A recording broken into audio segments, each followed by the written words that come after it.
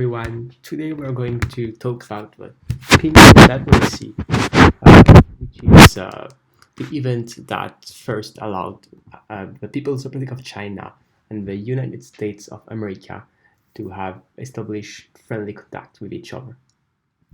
So, the ping-pong diplomacy happened in the early 70s, and to give some historical background of what happened in that period, um, in from the late 1960s, the Sino-Soviet relationship started to reach a new low point because of ideological divergences, but also because of competition for influence in Central Asian states and more generally in the communist bloc. So at the time, the Soviet Union decided to pull back thousands of scientists who were um, helping China build its infrastructures and also conduct scientific research in China and generally speaking, and also teaching Chinese researchers. And it did hurt China's economy quite a lot. So at the time, China was desperately in need of a powerful ally, which it could not find in the communist bloc. Uh, at approximately the same time period, America was looking for a way to undermine Soviet influence in the world, as many countries fell under communist rule in the decade of from the 60s to the 70s. Still, it was not easy for neither for China nor America, for there was still a lot of mistrust between the two countries, and with the Korean War still fresh in mind, they still view each other as enemies. If not ideologically, they definitely were, even from a pragmatic point of view, opposed. So the ping pong diplomacy allowed for the two countries to grow closer and to eventually make real formal diplomatic contact. So the events happened first unfolded in the 1971 Table Tennis World Championship in Nagoya in Japan. So in a fateful turnout event, American player Glenn Cohen, who left training late one day, uh, found he missed out on his own team's shuttle. So he boarded the Chinese team's shuttle to go back, and when and when he got there was a lot of awkwardness because the Chinese and the Americans were both raised to view each other as enemies and certainly not as friends.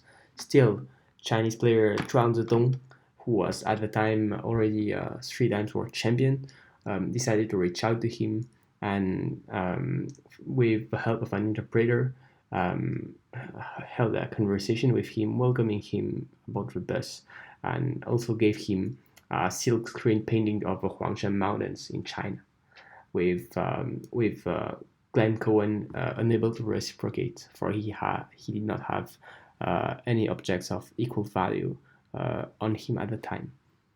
When they got off the shuttle, journalists who were waiting for the Chinese team had the surprise of seeing an American athlete with them, and so there was huge media coverage of this incident because during the in the political context of the Cold War, athletes of the Western and communist blocs seldom mingled with each other. It was unprecedented, and there was a lot of talk at the time about this. When asked about this, what happened, Glenn Cohen said how the Chinese treated him with respect, and it started to shift the general American public's opinion towards China favorably. Still, it was an isolated incident, and what allowed the situation to develop further was the U.S. team's demand to get invited to China, as the U.S. diplomats were, as I have said, looking for a new ally to undermine Soviet influence, and China seemed ideal. So, although at first Mao refused because he did not know of a context which led to such an out of the blue request, upon reading official newspapers only available to Chinese leaders, he understood what happened and immediately accepted. So in April 10th, 1971, the American team officially set foot in mainland China, and they spent a week there playing for fun matches. And for fun matches, this part of their visit should be highlighted because both the Chinese and American sides viewed this opportunity as one to develop friendship and not to develop into further competition. When the American athletes went back to America, they all brought with them very positive stories of China and depictions of Chinese people that were very different from those conveyed through Western propaganda at the time.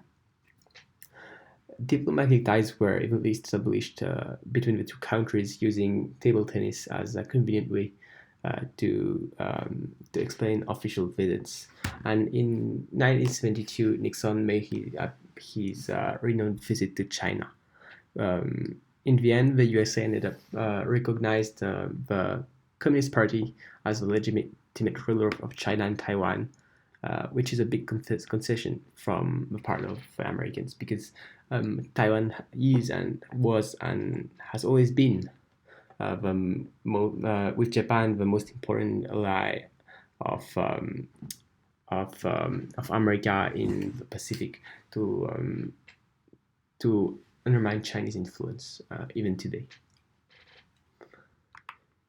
So those events also alimented and created cultural curiosity between the two people and generated a very an overall rather favorable view of China, which was seen for the first time not as an enemy but as a possible partner.